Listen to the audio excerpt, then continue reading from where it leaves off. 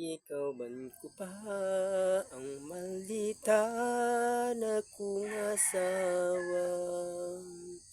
Sa adlaw ug gabi mag-away jud kami pirmi. Karon ay wala na ang maldita na kong asawa. Kung nako'y kwarta magsiyasinsuko sa hongkira, dito sa hongkira, daghan kaayog mga gwapa.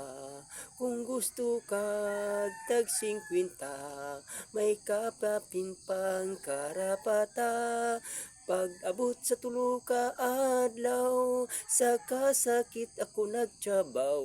Sa doktor ko gipatanaw, gikagid naman di ay upaw. Karon ay wala na ang maldita na kong asawa.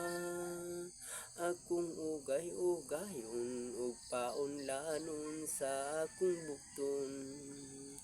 Karon ay wala na ang maldita na kong asawa. Kay nilayas na siya, wala na jud ko makaagwanta.